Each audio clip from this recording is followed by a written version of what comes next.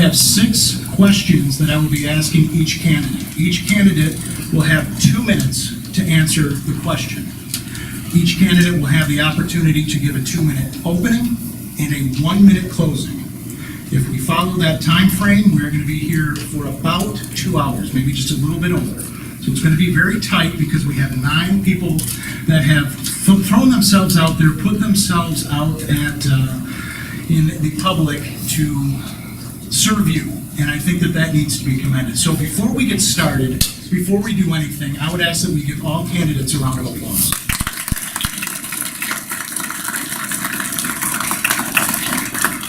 And again, thank you for coming to the city of Marysville. My name is Dan Damman. I am the mayor of Marysville. We would not have been able to put this event on without, of course, our city manager, Julie Sikowski, and Stephanie Denarden, and other members of our administrative team. All right, so candidate number 3, you may go first. Please start the clock. Good evening. My name is Eric Stocker, and I'd first like to thank everyone for coming out tonight. It's great to see so many people take an active role in their government, and so many people have fought so hard for this, and I'm very grateful for that.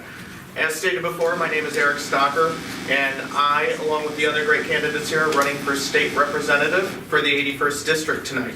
I'm a proud born and raised resident right here in Marysville. I'm the only candidate from Marysville running tonight.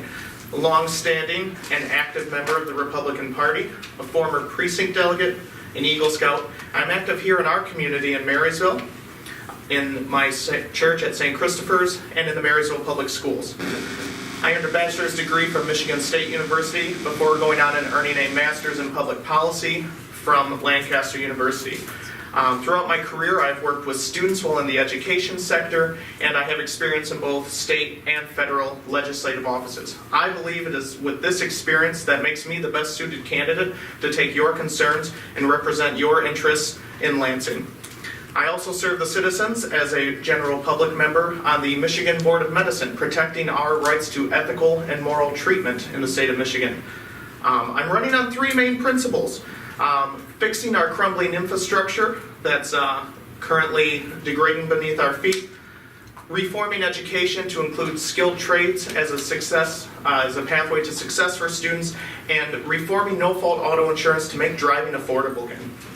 I love this community. I've walked over 401 miles in our district, talked to thousands of people who are just excited about change as I am. We're tired of the status quo. It's time to take a change to Lansing, and I will work every day to represent you, and I will take those ethics and take St. Clair County values and put them back into Lansing. Thank you. Thank you, Mr. Stocker. Just for those of you in the audience, if you could please make sure that your cell phone is silenced. We would appreciate that. When you hear that noise, if you have a cell phone near your microphone, you may either want to silence it or shut it off. But that is generally what is causing that disturbance. Okay, next up, opening statement. Candidate number 4, Joel Williams. Hello, my name is Joel Williams. I went to KPAC schools. I was an Eagle Scout and an Order of the Arrow member, which is the National Honor Society for Scouting. I then went to University of Michigan and Wayne State University, where I got a master's in astrophysics. I then married my high school sweetheart. We have 3 kids. My eldest daughter, Natalie, as I write out postcards and letters to you all, is writing beside me as she expects to be voted kid representative, so I expect you all to vote for her, please. And then I have a son, Zachary, and the little baby Claire there, that's 3 weeks old, is here tonight.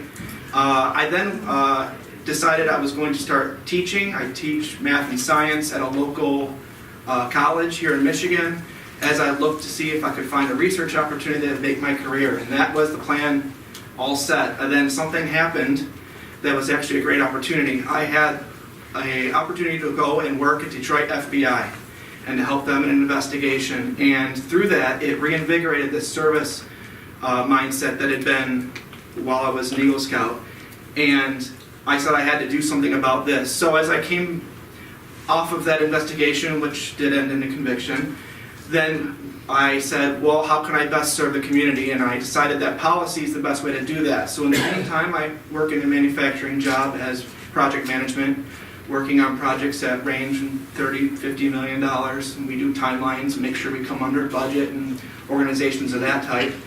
And now I'm running to be your representative to the people's house so that we can put some of these changes in there that the people are looking for and I can serve you. Thank you. Thank you, Mr. Williams.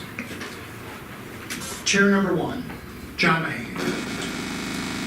My name is John Mahaney, as I stated. I would like, first of all, to thank you all for giving us your time this evening, as well as to thank the organizers of this event for their time and giving us this opportunity to address you. I likewise am running on 3 main platforms.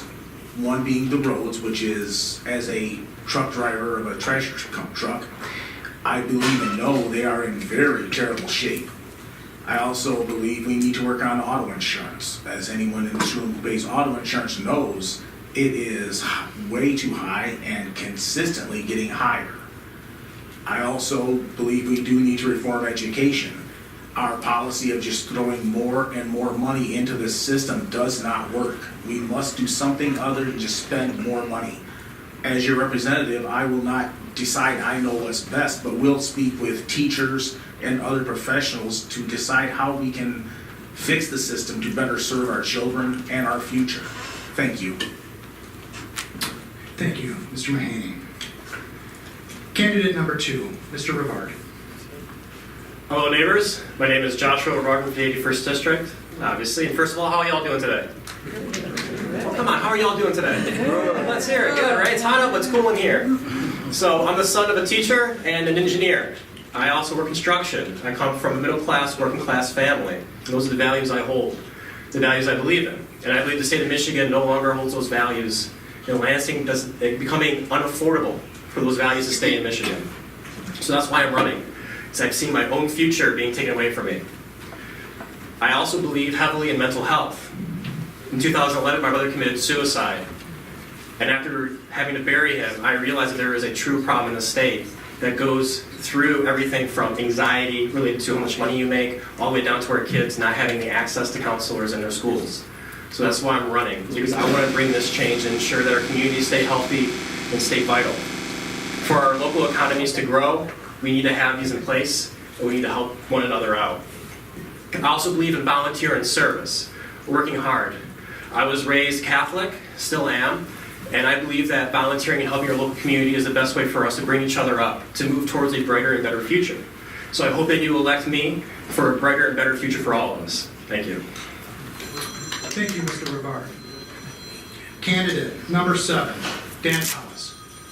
Hi everyone, I'm Dan Tolis, also one of the many gentlemen over here running for this 81st seat. Wonderful to see all these people in this room today. It's encouraging, makes it all worthwhile. I'm an Army vet, I'm a father, I'm a bricklayer. I've attended University of Maryland through the Army when I was in Lawrence Institute of Technology, Macomb Community College. I got a little varied background in my education. I never went for a degree, I just kept going and going and going. I think the road's a big issue for us to take care of. Education. We need to get more bang for our buck with these education dollars that we're spending. The costs keep going up and the results keep going down. Excuse me, I lose my train of thought here. Anyway, I'm Dan Tolis. I'm a candidate over here in the 81st House seat. Thank you. Thank you, Mr. Thomas. Candidate number 5, Kenneth Nichol. Good evening, everyone. I'd like to also thank you for being here this evening and really appreciate the opportunity that the City of Marysville has provided for this forum. I'm honored to have your consideration as the 81st District State Representative, and I commend all of my colleagues that are here tonight for making the same commitment that I have. This is a big field without a doubt, and I feel that I need to distinguish myself from the pack, so to speak. I believe I bring a set of collective life experiences that provide not only insight but perspective that's necessary for this position. I've been married for 26 years to the same wife, which is always good. I've raised a family, 3 boys, in northwest part of St. Clair County. And I currently reside in the baloney capital of the world in Yale, Michigan. With being part of a family, you gain a great deal of perspective, and I think I'm going to be able to bring that familial perspective to the job. I think family first is not something we just say, it's something that we have to believe in. I've been an educator for over 3 decades. Even though I have not served in a public office, I've always been in the public eye. Currently, I serve as the superintendent of Yale Public Schools, and I've done that for 8 years, and hard to believe I'm the longest seated superintendent in St. Clair County. My wife tells me that just means you're old. We put out a very good product in Yale, and it's largely due to the efforts of caring teachers and our support staff that we have. I may not be the smartest guy in the room ever, and I'm okay with that, but I am smart enough to know to surround yourself by good people, and that's what we've done here. I run an $18 million budget. I do it collaboratively, and I do it with coordinating 8 different employment associations. I'm a first-generation college grad. I have a degree in chemistry, a master's in teaching, and finally an educational specialist in leadership. Thank you very much and for giving me consideration tonight for the 81st District. Thank you, Mr. Nickel. Candidate number 6, Dan Turk. No, I'm on. Good afternoon, everyone. Thank you for coming out and being excited about having a role in your local government. My name is Dan Turk. I'm running for your Republican candidate for the 81st District State House Representatives. I was born and raised in China Township, Michigan. I was later involved in the automotive industry of installing assembly lines for Ford, GM, and Chrysler. Well, my roots brought me back to my own area, back where I own a farm and a equipment repair business. And I was raised by hardworking union parents who installed the same hard work ethic in me. I'm currently the elected clerk of Charter Township of China. Being both a business owner and a landowner, I understand how taxes affect each and every one of us, and I'll try my utmost to keep a watchful eye on disregard for taxation in your pocketbook. Auto insurance and health care are also costly to me as is to you folks. State immigration, voter fraud, being a clerk is a huge thing with me. Cybersecurity and state pension shortfalls that are also serious concerns. With that that affects every one of us. I'll try my best ability to find solutions and work with others like I currently do in my clerk's position to find these solutions. Being the clerk at China Township has given me the experience in government, to utilizing government policy and procedure. I've learned the 3 most important things being the clerk at Charter Township of China is listening to the concerns of my citizens and of my people. And number 2, honesty. And 3rd, the most important, transparency. I believe that these traits and experiences make me the best choice of the 81st District State House candidate, and I am an active member in the St. Clair Chamber of Commerce, the Marine City Chamber of Commerce, the Anchor Bay Chamber of Commerce. I'm involved in my Rotary and Fraternal Order of Eagles. So thank you. Thank you, Mr. Turk. Candidate number 8, Michael Pratt. Is this working? I think I can talk loud enough anyway, but I'm a 5th generation farmer from St. Clair County, reside in Berlin Township. I grew up dairy farming. We switched into beef cattle in 1986. I got 7 children, so I know all about the insurance business rather well. By farming, I think I understand the property tax that we're in pretty deeply. I run a feed and seed business through the farm. I guess, and I think a lot of my experiences will show you why I'm the best candidate for it. You know, belong to the Burville Lions, Thumb Beef Jackpot. We give away scholarships for like $80,000 in the last 20 years, scholarships for kids to go to college that's all through showing cattle in the 7 counties in the Thumb. We host it here in St. Clair County every 7 years. There's many other boards that I serve on as well, but thank you. Thank you, Mr. Pratt. Finally, Mr. Eisen. Hello, my name's Gary Eisen. I grew up in St. Clair, went to St. Clair schools, just like your mayor did. Okay. I also went to SC4, and I graduated from Winona Technical Institution in Minnesota with a welding technology degree. I have a wife, Annie. She works for the city of Marysville. I have 2 kids, Zachary and Bethany. Both are professionals. And guess what? They don't live at home with me. Good. I started my business when I was 21 years old. It's a welding and fabricating business, and it's been a little over 41 years. I've been through the good times and bad times. Never had to file bankruptcy. I know all about being in the trenches for small business. And here's something else you didn't know. Dan's dad actually helped me get started. Early on in his career, he's the one who hired me to do work for him, building frames for his construction business. And you know what? 20 years later, I still work for him. Friend of farmer, I do a lot of work for the farming industry. They're about 50% of our business. They trust me, they depend on me. I'm also a 7th degree black belt. I have a martial arts school. I teach with my wife, and I've won 7 national gold medals in fighting nationals. I volunteer my time for the East China School District as a lunch link buddy. I go and have lunch with kids because some people actually believe I'm a role model. I belong to St. Peter's Lutheran Church in St. Clair. I've been on their church council now for 4 years, and also their Oktoberfest committee. I'm a firearm instructor, CPL instructor, competitive shooter, national director for AAU target shooting, which is the AAU stands for Amateur Athletic Union, which is the largest amateur sports in the world. And I love my hunting, fishing, and all my outdoors stuff. And sometimes I feel like I'm the last man standing. Thank you. Thank you, Mr. Eisen.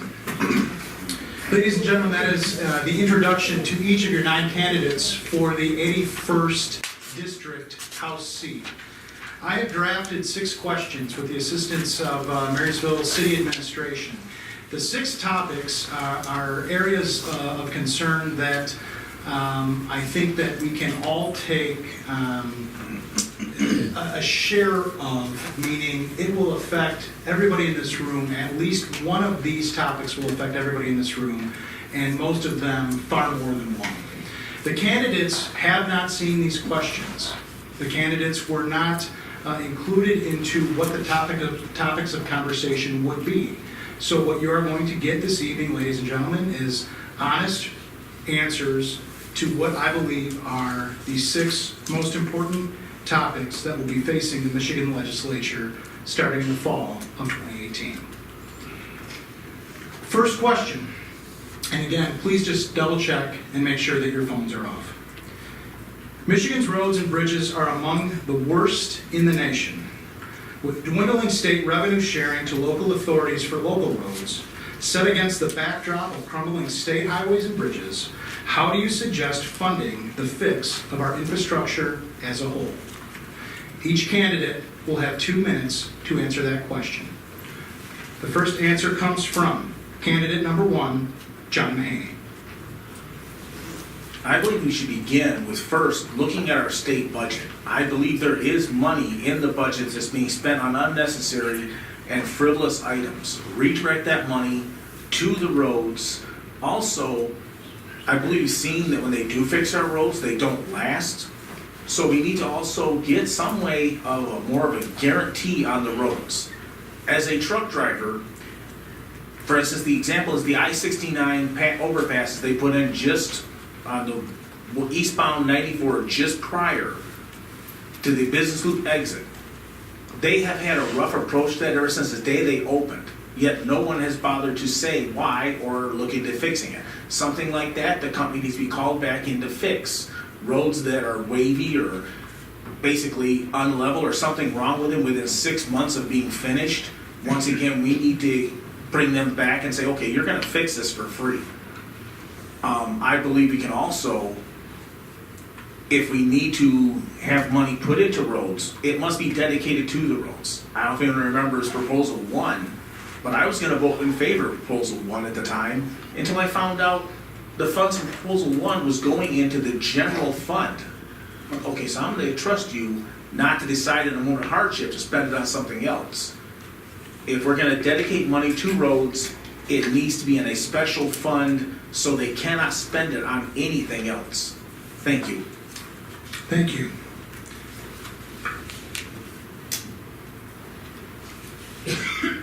Kenneth Nickel, do you need the question repeated? No, I think I have it. Without a doubt, walking door to door over the past couple months, it is the common theme that I've heard from what I hope to be my constituency related to roads and infrastructure. And it's more than just roads and bridges and water lines. Infrastructure to me means a lot more than that. It means people as well. And so we've got police, fire, EMT that are considered infrastructure as well. But focused directly to the roads issue, I agree with John. There is money in the budget for it. There really is. We need to spend more efficiently. To say that we're going to go to look at raising additional taxes, I would not be for that, because we have to exhaust the monies that we have in a proper manner. And right now, I don't think that's being done. Additionally, what we're not doing is we're not being smarter. We're not working smarter, not harder. We should be looking at bigger, stronger, and faster. The technology that exists today should allow for our roads to last much longer than what they are right now. We have major universities in the state of Michigan who have identified better ways to do it. It may cost a little bit on the front end, however, it's going to last so much longer. Today I'm driving over here from lovely downtown Yale. I traversed a lot of orange barrels, and we're all creatures of habit. The first thing we said is, oh no, we got to sit and wait. I'm happy to see this, but we shouldn't be doing it every other year. We shouldn't be doing top coating. We shouldn't be doing just fix-its, and we need to do it in a much more serious way that it's going to last for a longer time. And without a doubt, it's got to be one of the top priorities in the state of Michigan. And again, I think that the money's there. I certainly don't believe that we should go to our taxpayers because it already exists. Let's spend our money more efficiently. Thank you, Mr. Nickel. Candidate number 9, Gary Eisen, do you need the question repeated? No, I got it. Yes, you're going to find we're all going to probably say the same thing here about the roads. They are a mess. The money's there. We were informed that the money is there. It's just the problem is the construction of the roads. They seem to be on a schedule of failing after 5 or 6 years, and that's the biggest problem. I think more research has to go into finding out better ways of building the roads, and I think Shane Hernandez did introduce a bill to spend some money to look into better ways of doing that. I made a point on Monday to talk about roads in Germany that last 20 years. Okay, how can they build a road in Germany that lasts that long, but we can't build a road here that lasts 6 years? Okay, there's something going on more than just the road construction. I think it's just the nature of the beast. Maybe it has something to do with lobbying and all this, but roads seem like they're destined to fail. And here's something else to think about. You know, we build bridges. How come the roads on the bridges seem to last longer than the roads that are just floating on the surface? You know, things are made on footings for a reason. You know, we build skyscrapers on footings. Everything is on footings except for our roads. They float, and we live in Michigan, and they freeze, and we get water, and that's what makes the roads fail. Okay, I think we have to definitely look at a different approach to it. I'm in the construction business, and I made a point to say, you know, it probably wouldn't be that hard to get some non-government people in on this to actually solve the problem and fix it right. But I think the biggest problem is the construction of the roads and not actually funding the roads. Thank you. Thank you. I'm going to change the format just for if the next candidate or any of the future candidates, when it's your turn to answer the question, if you need the question repeated, just ask, okay? Candidate number 4, Joel Williams. So I think with the roads, what we're looking at is that we're basically patching and tarring and putting all these small fixes in day after day and spending money after money. You don't put oil into your car every other day because it's leaking, you get it fixed. So the answer is to get this fixed so that we don't have to keep paying to repave and refix and repatch the roads over and over. I'm a science teacher, so give me 30 seconds for a second to back up. What's happening is this alkali-silica reaction, ASR. Alkali in the cement, the silica and the gravel that they put in there, they react when they get wet, and it causes a crack to start for water to get in and freeze. The way to get around this is to lower the alkali, which is expensive. We're not going to do that. to get rid of the silica, which is expensive, we're not gonna do that. Or to keep the water out with a sealer. The state has already gone and gotten a budget estimate of what it would take to put a sealer on there. They said it would cost 15% more to get 3 to 4 times the life out of our roads. That's a cost benefit that I think we need to take. We need to get to road material 2.0 instead of 1.0, these brand new roads. There is a new innovative transportation fund to look at such things. What are the new materials? What are the new ways of making roads? That's something that we need to follow through on. If we decide that we do need more money for these roads and that simply fixing them doesn't work for us because we have such a problem right now, then why aren't we looking at having all the tax collected on your gasoline going straight to roads rather than general fund? Thank you. Thank you, Mr. Williams. Eric Stocker. So everyone has filled up their car with gas recently and paid their registration fees. Does everyone see how all the prices just keep going up? We have enough tax on that. We've increased the gas tax, we've increased the registration fees. These are supposed to be earmarked funds that go towards a road that bring in $1.2 billion. Multiple studies say we need about $3 billion in order to fix our infrastructure problems. Well, I'm sure we all know here that we have a little thing called winter, and it's hard to do road construction during that time. We can fix these roads with the funds that we have if we stop taking money out of the $1.2 billion that we collect, which a lot of it is about $600 million going towards other programs. If we can use this money efficiently over the course of a couple years, then we'll be able to fix our roads. And as has been mentioned before, innovative technologies. Right now in Lansing, there is administrative red tape and bureaucratic red tape halting new materials from going into our road construction. It takes years before MDOT will actually approve any sort of new materials. And Shane Hernandez's bill that would create a 13-member oversight committee, take some money from the trunk line fund to test these materials to try to hurry that along is a great step forward, and we need to continue doing that. We have advanced with technology, and there's lots of new materials that we can use for these roads that we can use the money that we already have to make them better. So I think if we can continue doing that, cut bureaucratic red tape and red time, and let the road experts, the private sectors who know how to build these roads, make decisions instead of an office administrator sitting in Lansing who's not out there on the roads, who may never even actually go and see that road. They're the ones who are really slowing a lot of our process down, and there's a lot of money heading into that as well. So we have enough money, we can do it without raising taxes, and I think I'm really excited to go there and try to accomplish that. Thank you, Mr. Stocker. Michael Pratt. Well, I think we do got to revise this so the contractors can do the best job possible. They all tell me that their hands are tied by the Department of Transportation. They got to build it to their spec, and their spec isn't working by what we're seeing in the roads. For an example, they're using slag stone in the concrete that they put on the state highways instead of natural stones. Some of them old roads, like old M21, were built with natural stone. They're still good shape today, even though they've been capped.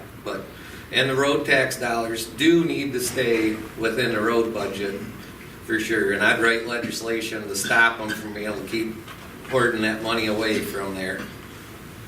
And you know, then you can make them all put guarantees up if you let them build the roads correctly. And then we do got to do a better job of drainage to get it so they can't freeze and heave and push out. That's probably the biggest problem. Thank you. Thank you, Mr. Pratt. Dan Tallis. On the issue of the roads, again, as Gary said, most everybody pretty much agrees over here. My perspective is that MDOT is the biggest problem with the roads the way they are done today. MDOT procures the roads, they design the roads, they inspect the roads. In the meantime, it's been stated up here, the contractors are held to standards that are ancient, that haven't been revised in 50 plus years. 25, 26 years ago, I was involved over here at the Blue Water Bridge, putting up all the buildings. I was the mason contractor, I was the project manager for that. dealing with those MDOT inspectors inspecting my portion of the work when they had no clue what they were looking at to begin with. Half of them couldn't read a blueprint. Then I remember being told on many occasions, well, these buildings have to last 50 years. And I see some of these faces in here, they weren't even around when that project went up. And then there's some other ones in here I know that they saw go up. How many of those buildings remain from that project in the early 90s? About half of them. The buildings themselves, they spent almost $20 million on them, and I think the only ones that are left today are the truck cargo building, the administration building, and I think the toll booths. And I use this example here as an overall perspective for what MDOT does. They just keep doing the same thing over and over again. How many times have we gone down the road, you look back and say, wow, a year ago they had the orange barrels here, and they're back again. I thought it was done. Because they're doing the other side of the road instead of doing it all together at one time. MDOT has a lot of redundancies and inefficiencies built into it, and the first project of mine would be to get them a little more streamlined and a little more efficient, and then watch every dollar that we spend. Thank you. Thank you, Mr. Tallis. Dan Turk. This is a topic that's near and dear to me. Being a clerk, I was one of the persons that spearheaded the St. Clair County, or St. Clair Highway Bridge in my township. We got $2.7 million from our governor. First thing off is I believe we're topographically handicapped. If you take a look all the way through the thumb down to Monroe, we're just in a floodplain. You constant full ditches, the base is constantly full of water, and we have the freeze and thaw effect to it. So that doesn't help us one bit whatsoever. The other thing is we're trying to fund this on fuel tax dollars. You take a look at my personal pickup truck, I get 32 miles to the gallon on my pickup truck. It's a 2017 Silverado. But you take a look at electric cars now in the landscape, Uber and Lyft, where these people aren't paying registration and plates, insurance, you're going to see the long downward slide of the funds. The other thing is when we're taking a look at road funding and we're signing a bill, how many times have you read that they're earmark after earmark after earmark tagged along to these bills, and that funding does not get to its required position? We see it way too many times. The other thing is stop the bleeding.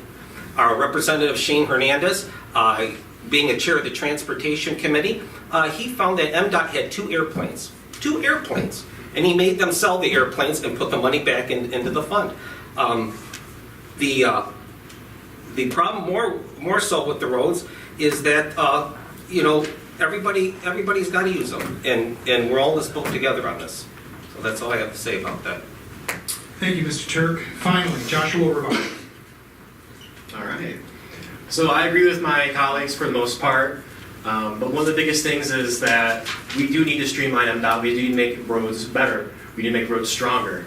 And the fact, as somebody that studied history and somebody that went through and read the very old archives of when our roads were first put down, we don't have a good bedrock for those roads to go on, and we need to fix those. The problem comes down to is we can't look to the long term because we need the roads fixed now. They're having major problems now. And the fact of the matter is, as Eric mentioned, there is a shortfall for repairing those roads. 1.2 billion versus 3 billion, it's a lot of money we need to make up. The tax burden is too much on the people. As a working class person, my taxes are too high, and I still see crumbling roads. It makes you wonder. So I want to ensure that corporations are paying their fair share because they are the ones that use the roads the most. They have the semi trucks that are driving, several thousand pounds, couple tons on it. I also believe we need to find a new revenue source. And I stand and believe in that marijuana legalization, using the tax money revenue from it, can help to fund our roads, along with our education. So I absolutely want to get the roads fixed because I drive an older car and my suspension's not doing too well these days. But that's where I stand. Thank you, Mr. Rivard. Question 2. The state of Michigan has set out to be in the top 10 states in education within the next 10 years. What goals, guidelines, or guiding principles do you believe should be established for a coherent and cohesive strategy to ensure that Michigan is in the top 10 in 10? Kenneth Nickel. As you might imagine, this should be in my wheelhouse. As superintendent of Yale Public Schools, I think we do a lot of very good things. Most recently, legislation has come about in terms of making standards for third grade reading levels in literacy.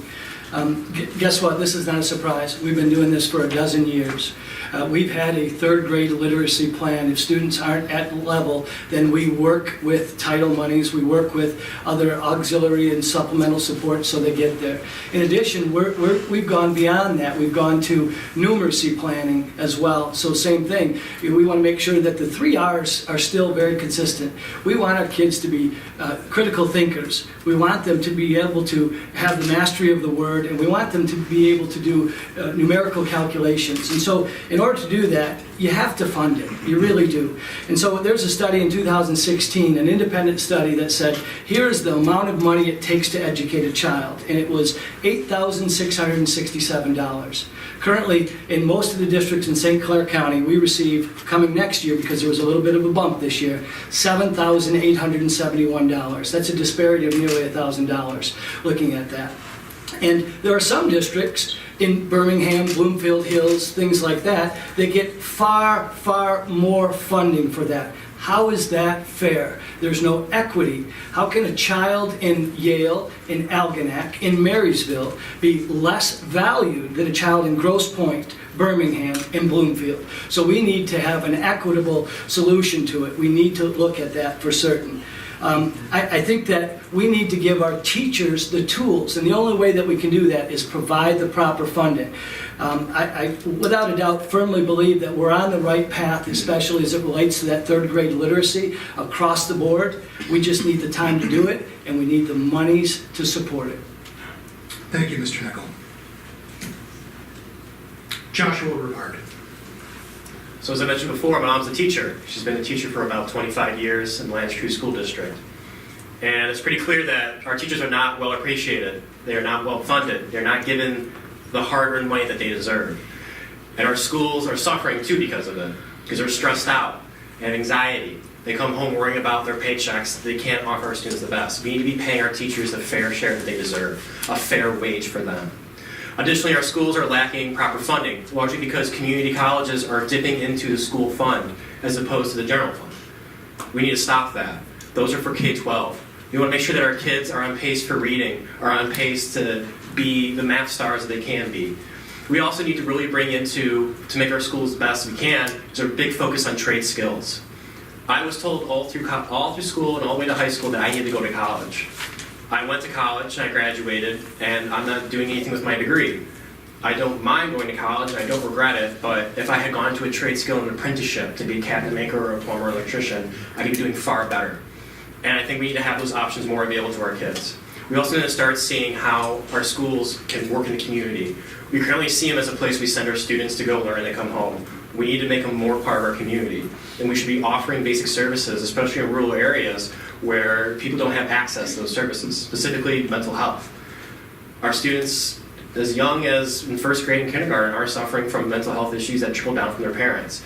They don't understand this, but helping them, giving them tools to understand and deal with those issues can make them better learners. So we need to increase the funding. And I mentioned before, marijuana legalization, for half of it goes infrastructure, the other half bring it on in to the schools. And as somebody that's been endorsed by the MEA, they agree. They think that our teachers are underpaid, there's not enough money going to our schools, and things like school choice and charter schools are robbing the public funds. Public money for public schools. That's how it should be. Thank you, Mr. Rivard. Dan Tallis. Repeat the question again. You used the word coherent and cohesive, I think, in the state. Can you repeat that, please? I will repeat the whole question. The question is, the state of Michigan has set out to be in the top 10 states in education within the next 10 years. What goals, guidelines, or guiding principles do you believe should be established for a coherent and cohesive strategy to ensure that Michigan is in the top 10 in 10? Okay, to me, those words coherent and cohesive mean that it's a one-size-fits-all for everybody. Use Yale Public Schools example because my esteemed candidate over here with me, he's the superintendent. That school district, in no way, shape, or form, can have the same kind of programs that say, what is it, the Detroit Public School System, whatever they call it now. It's two totally different entities over here. Two totally different communities, two totally different ways we should educate our children. I think the best standards are the ones that they had over here when Detroit Public Schools were the best. It was a local control of the school district. We got the money, let the community decide what's best to educate our children. The gentleman down the way over here mentioned something about for the vocational education. About 10, 15 years ago when they started changing all the standards and to eliminate vocational ed, the construction trades, which I'm a little bit in favor of, the hairstylists, the people, the culinary arts, those programs all got cut because they wanted to process everybody just to go to the university and get a university degree. If they had those standards when I was in high school, I'd still be in high school today. So I think just a lot of us, the parents, the community, especially in the smaller communities that are prevalent throughout the 81st District in St. Clair County, they have a very good handle on what they're looking to do to raise their children, educate their children, and turn them into productive citizens that'll do the country proud. Thank you. Thank you, Mr. Tallis. Eric Stocker.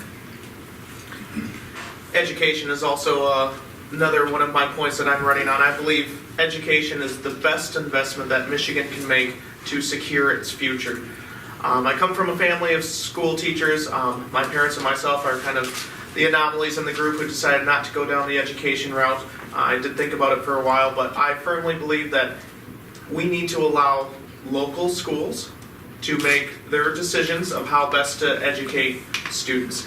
I do not believe in standardized tests of 1 or 2 standardized tests determining school funding, determining how they rank. It's not a true measure of a student's success. I believe series of benchmark tests over the course of time better show progression and better show where those communities stand and where they are. Let's face it, there are many different demographics out there and we're dealing with totally different students, and the teachers at those schools know best how to reach their kids. We need to make sure that money is going into the classroom, not getting caught up in red tape, not getting caught up in administrative costs, and allow teachers to teach, allow them to not teach to the standardized tests. We obviously need to set requirements, but teachers went to school to reach out to children and to make those connections and those relationships, and we need to allow that to happen. And as Mr. Rivard and others have said, skilled trades, that is my favorite thing to talk to people about. We need to bring that back. There's a future showing over 800,000 jobs that will require skilled trades, and we don't have the talent for that. If we work with the community, with businesses, to see what they're going to have in the future, with teachers and parents, and bring them all to the table, we can set up a system to allow students a choice. Let's give students a choice in their education, whether they want to go to college, down the vocational, the skilled trades path, or the military. We need to present these as an option because, as when I was in high school, college was the only option presented. It worked for me, but it doesn't work for everyone. So I think we just all need to work together to reform this and create a better environment for our students. Thank you, Mr. Stocker. Dan Turk. I've always had a saying, accountants need plumbers and plumbers need accountants. As far as this topic, no doubt about it, we need to spend money. We need to spend money on our children because a strong workforce is an educated workforce. We need to rewrite the curriculum. When I have seniors graduating from my local high school, they can't read a tape measure or have basic lifestyle or life skills, we're in trouble, folks. I believe in the shop classes, bringing them back. Skilled trades is one of the big things.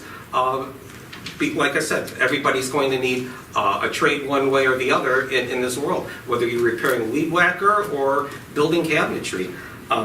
The other problem is I believe in the past is we created a donut hole. And a donut hole was with anybody that could afford to go to college or was wired to go to college. That's what we focused on. We left that donut hole out of the center. And what happened? These people had to go to, as far as jobs, at your local gas station and your local grocery store. These aren't career jobs, but they're forcing them to be career jobs because they have no direction to go. So these are some words to resonate on. As far as taking public money and putting it into private schools, no, the two should never be mixed. Thank you, Mr. Turk. John Mahaney.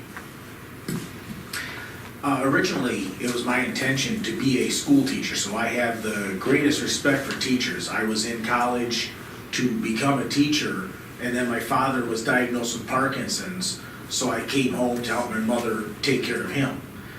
I agree that the trades is a major shortcoming, and we need to divert money into that. But also, there's another shortcoming in our schools. We have a large number of people out there, I've noticed, that don't even know how to cook, or the basic, life skills. I believe something else we need to return to our schools. We have families we talk about obesity, that neither member of the parents know how to cook well enough to not constantly be going out or getting pre-prepared meals. But that needs to be added. The trade skills need to be added. But we also need to really look at how we spend our money. I believe we are spending way more money on administering our schools than on the teachers. Teachers need to be paid more. They are among the lowest paid people with that amount of education. I also believe we need to get rid of or withdraw from Common Core, and as your representative, I will write a bill that will let Washington know that we will not abide by Common Core, and I believe at this time we have a president that would support the state doing so. Thank you very much for your time. Thank you, Mr. Mahaney. Michael Pratt. Well, that vocational education is one of my topics. I'd like to bring it back for sure, because I grew up with a school that had vocational education. We learned how to work on stuff. We had building trades.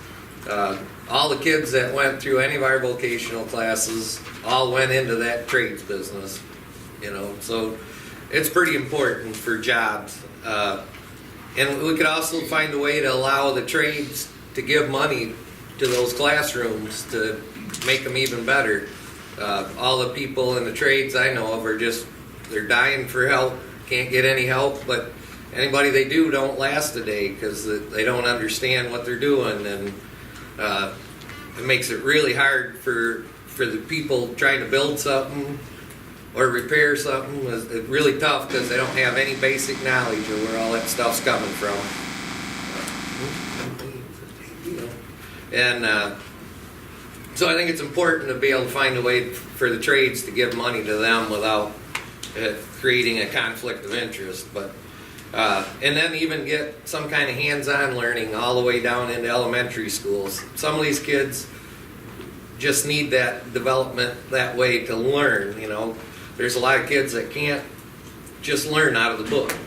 I was one of them. The book is really tough, but when you can apply your hands to the way it works, it makes it a lot simpler to learn. And in Memphis there's a teacher there that's a wife of an ex-state rep that talks about it all the time. They got kids in there that could take a VCR apart, put it back together and fix it, but they really struggle reading and writing and understanding. But when they're doing that stuff, they learn how to read a manual.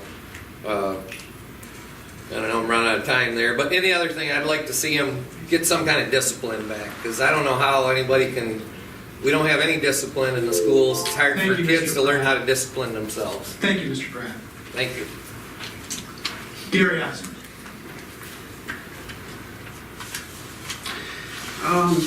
I have two sisters that are teachers.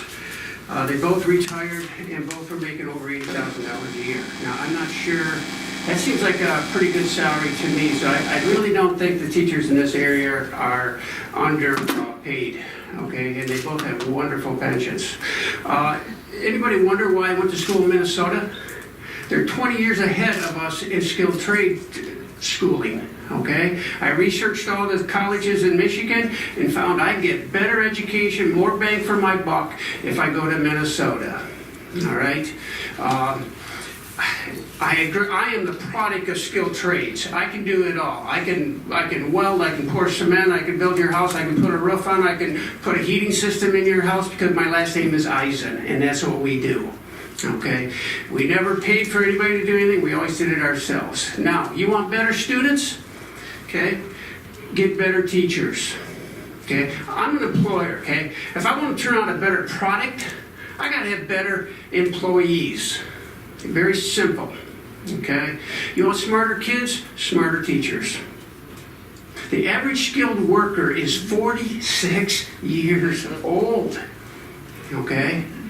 What happens in 10 years? Okay, who's gonna clean your toilet? Who's gonna wire your house? Who's going to pour your sidewalks? Okay? I have people coming into my shop every day. Do you know anybody can work? Looking for someone who can do this. Looking for someone who can do that. Okay? You know, I'm not going to be around forever, I tell people, okay? And I got a nephew starting, and he's going to help me take over my business. But I tell you what, and here's something funny. I'm running out of time, so, okay. Ask me afterwards, I'll tell you the funny story.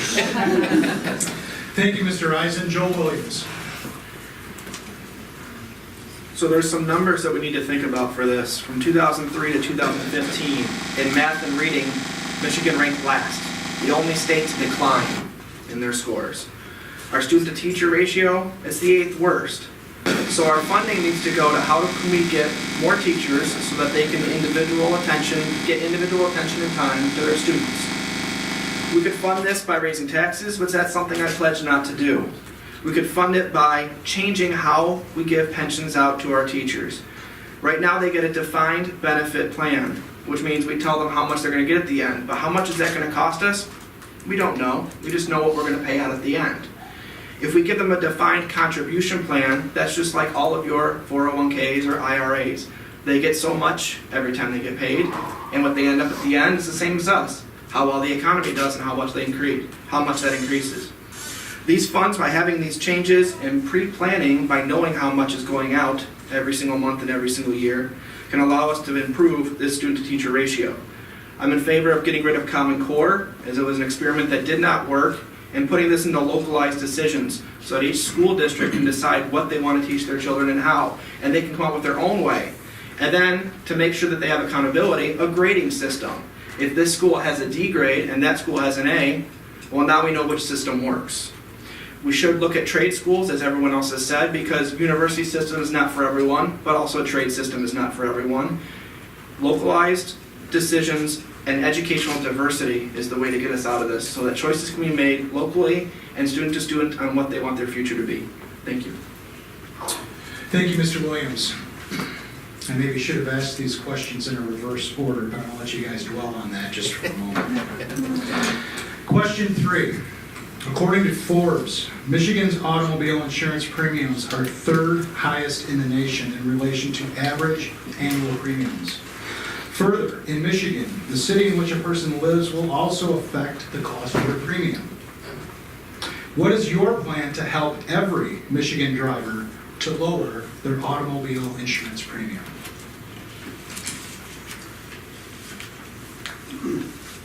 Dan Thomas.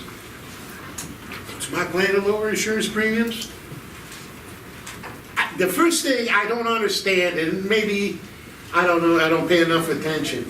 Why are we limited to purchase only the insurance through entities that are allowed to sell it by the state of Michigan? Why can't we buy not just auto insurance, any insurance, from the person that's going to give us the best service at the best possible price? I'm a little bit fortunate myself, being a veteran. I use the services provided by USAA, and I'm probably 40–50% lower than everybody else that they pay. There's no-fault insurance. Many years ago, I think it was in the 70s when they came up with it, there was a lot of dire warnings then about what it was going to do to everybody. And it's all pretty much come true what they said. The trial lawyers have gotten very rich off a lot of lawsuits, which drives a lot of this cost. We need to go back to the way it used to be. You get a couple people getting in an accident, you settle it with yourselves the best way possible. If it ends up going to court, it goes to court. Most people, I remember back in the day, they'd go over there and say, well, okay, I'll pay you, at that time, maybe $500 to fix the damage, and that was the end of it. You didn't go to court because now you got a lifetime of pain and suffering. And I don't mean to say that there's some people, and my son was in a very bad accident a couple of years ago, that he's still going through the rigmarole because the insurance is running him through the ringer anyway, but he's got some pains. But for the most part, you get in an accident, you walk away, maybe a couple of days you're sore, you're done. No, they get a lifetime of payment. out of this catastrophic fund. This all needs to be maybe taken back to the way it was back in the 50s, 60s, early 70s. Thank you. Thank you, Mr. Tallis. Dan Turk. Well, being a township clerk, when I first sat down with our sheriff's department, because we hire sheriff services for our township, I seen the first time for the contract, our insurance went up 44% through St. Clair County. Not only is it going to be affecting you as a driver, but it affects the government level as well. You're all going to pay more. The large problem of it is the catastrophic and PIP. That is in case if somebody gets in a wheelchair or long-term care. The funding for that is a $40 billion with a B pot that they're spending 0.1% on. If we put caps or limits on that, other people could afford better insurance than what they have, or be able to afford insurance in general. I read an article in a newspaper not too long ago about a person that was bragging that if they could get away without having insurance, it was cheaper than for buying insurance. And we don't want to see that on our roads.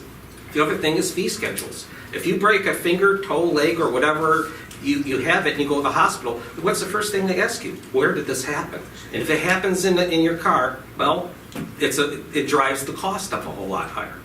So we have to put caps on this, and I'm sure it'll bring it down a whole lot farther. The other portion of the problem is that we're being billed regionally.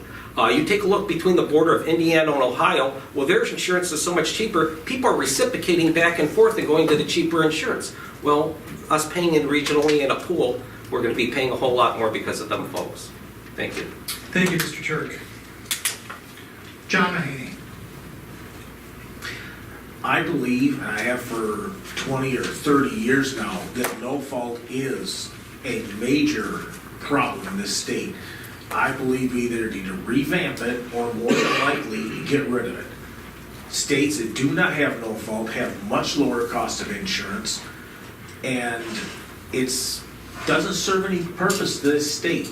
I also, the question was asked that how do you go about lowering the insurance rates for all of Michigan citizens? Well, yes, I would love to see that. But as your representative, my primary concern will be the lowering of insurance rates here. If that does not help the city of Detroit or Flint, I will feel sorry for them, but that is not my primary concern as your representative.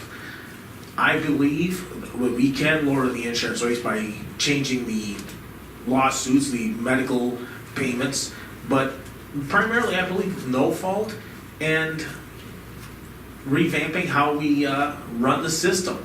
Thank you. Thank you, Mr. Mahaney. Joshua Rivard. So I agree with my colleagues that definitely insurance is far too high. I pay for my car insurance. Yes, basically with student loans, car insurance, everything else, it's ridiculous what you have to pay. The problem comes down to is personal injury protection, as mentioned before. The problem is we can't get rid of it because people don't have health insurance. So if they get an accident and get hurt, they are out of luck. I lose my health insurance in December with no other option, an affordable option. I can't lose personal injury protection because if I get hit by somebody in an accident, I have no recourse. The problem also comes down to is that the insurance companies, there's no transparency on the state level. The insurance commissioner for Michigan can't see the numbers. And so the insurance companies are free to charge as much as they want. We need to have regulation to ensure the insurance companies are robbing us hand over foot to try and make as much money as possible. We need to make insurance affordable so that more people can get insurance so the insurance pool grows and makes it cheaper. Once you kickstart the cycle, things become cheaper. In addition to, fixing the roads will make car insurance cheaper because you don't have to replace your CV joint or your wishbones every other week, it seems like. That's where I stand. Thank you, Mr. Rivard. Gary Eisen.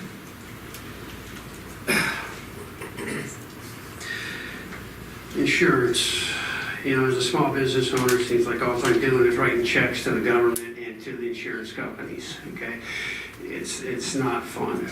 Anyway, get rid of the lobbyists in Lansing who control most of our politicians, and you can change the insurance company. The coverage, okay, I brought this up on Monday night, and to me it's very important. I have 5 vehicles. Okay? I only can drive one at a time. Is that correct? Okay? But I have to pay a policy on every one of those. You want to lower your insurance? Insure the person, not the vehicle. All right? I should be able to jump in any one of your cars as long as I'm covered, and everything should be fine. Okay? That's a whole nother way of thinking. All right? My car sits home in the garage. What risk is it? It's not on the road. Okay? But when it's on the road, it's at risk. So I'm driving it. So insure the person, lower your premiums. Okay? Another thing. I hate it when the insurance companies tells me what I have to put coverage on my car. I could own a $100,000 Mercedes. Let's say I own it outright. But this is say I only want to cover 10,000 coverage on it for collision. I can't do that. Okay? They tell me, I can't tell them. I should be able to let them know what kind of collision coverage I want on my vehicle if it's paid for. All right, so there's a lot of problems there, and it's going to be very, very hard to solve this problem. Thank you. Thank you, Mr. Eisen. Joel Williams. So I think the first thing we need to do is remove no fault, which was an experiment to lower how much people are taking their cases to court, and it didn't work. A tort-based system is a better system for us. The other thing is personal bodily and personal injury has an estimated 20% fraud. That's something that's going out of our dollars straight into nothing. If we could get this catastrophic fund to go $369 million a year, or even close to that, we would be paying zero into it because that's how much interest it creates every year. So what we need to do is get the fraud out, get this thing streamlined, and as closer and closer we can get to that, the less and less we'll have to pay into that catastrophic fund. Now the biggest part of your bill, if you open it up, is health coverage, is making sure you're covered for all the possible health problems you might have during an accident. But you already have health coverage. You have health coverage through your job, or through Medicaid, or through somewhere else. So why are we paying for this twice? I'm paying for health coverage, and then I'm paying for health coverage again. If we can make our health plans the first payer, then we no longer have to pay for health coverage a second time when I buy auto insurance. Thank you. Thank you, Mr. Williams. Kenneth Nickel. So without a doubt, this is probably the top 2 topics that I've heard going door to door. Talk about insurance, talk about roads, talk about infrastructure. And I'm going to make it personal. So I have 5 drivers in my home, 3 boys and myself and my wife. We have 1 ticket between the 5 of us. We pay $6,000 per year, and my children drive beaters. I drive a pickup truck. My wife, naturally, has the nicest vehicle, and she should. There's a couple problems with this. Right now, the industry is failing us. The insurance industry allows for options like going to Port Huron, going to your Secretary of State, purchasing right next door your 10-day insurance policy. And why is that important? So when I walk into Secretary of State to get my tabs, which they will mail to me, my insurance lapse, but yet on the road, my vehicle looks legal because I have the tab. That is absolutely criminal. That should not exist. And the industry allows for it. Additionally, the fee structures. For auto insurance accidents, there is no fee structure like there is in workman's comp and like there is in Medicare. So if you have an injury, it is a different rate fee structure for MRIs, x-rays, things like that. They need to cap it just like they do the other. That will inherently reduce the fee structures that we certainly pay. The other thing is, if you look at fraud, without a doubt, it is riddled with fraud, and there has been no commitment right now to have a committee to oversee that. There needs to be some type of oversight so that it does not exist, because again, that's raising our roots. And lastly, that catastrophic fund in the billions of dollars, they need to look at actuary science to make sure that it is necessary, and I contend it is not. Thank you, Mr. Nickel. Thank you. Michael Pratt. The insurance companies are regulated in the state by the DIFS, but I ain't gonna say they're doing a good job. They collected $6.7 billion in insurance premiums last year. They paid out $1.6 billion in claims. There's a pretty big margin in there for them to be regulating that. I don't know who they're regulating it for, but there's definitely an issue that needs to be addressed there. You're still gonna pay some agents and some commissions out of that in between money, but it's still crazy, crazy money. And the catastrophic fund made $238 million last year in its investments for the fund itself. So it should be able to be self-supportive now. And yet we just added another $30 per car. So I think we're at like $192 per vehicle now, just going into the catastrophic fund. And having all the kids I have, we have that same issue. There's a big structural imbalance. The kids are paying more a month in insurance than their car payments are. They're driving beaters, of course, so they're paying for them. But, it's $200, $300 a month for PL and PD. That just no way. How are these kids ever going to get off the ground, get started doing anything? And that's why they're all trying to find a way to cheat the system. And so we're creating a problem by the way the legislature has set all these laws up. You're setting the kids up for failure. There's absolutely no way for them to get going. So that really needs to be a serious thing done. And actually, I've been working with Pete Lucido, and there is some legislation going to go when they go back into session. So, but thank you. Thank you, Mr. Pratt. Eric Stocker.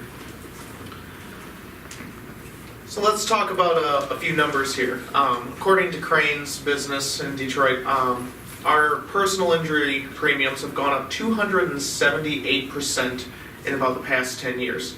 Medical costs have gone up 145%, yet vehicle accidents have gone down 20%. Those numbers don't add up, and this is just wrong. In my course of walking over 400 miles so far, knocking doors, I've talked to many couples and many families who are in a dire situation. There's two parents who both work jobs and they have children to drive to school and they have one vehicle between them. That is just wrong. How can you make that work for a family?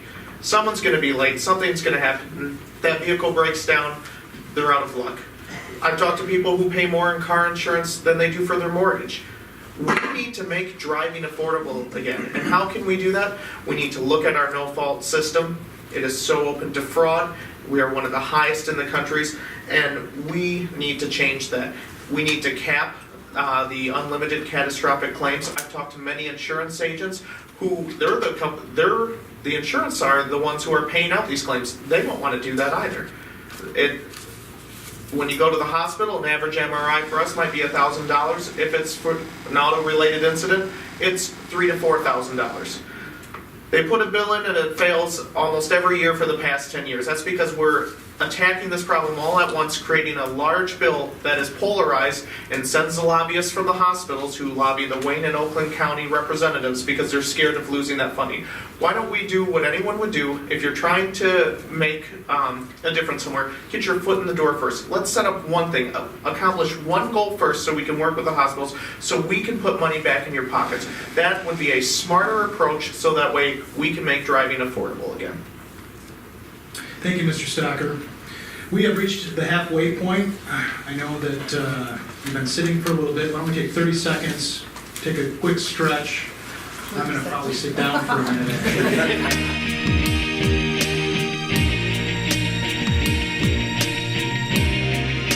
Fourth question.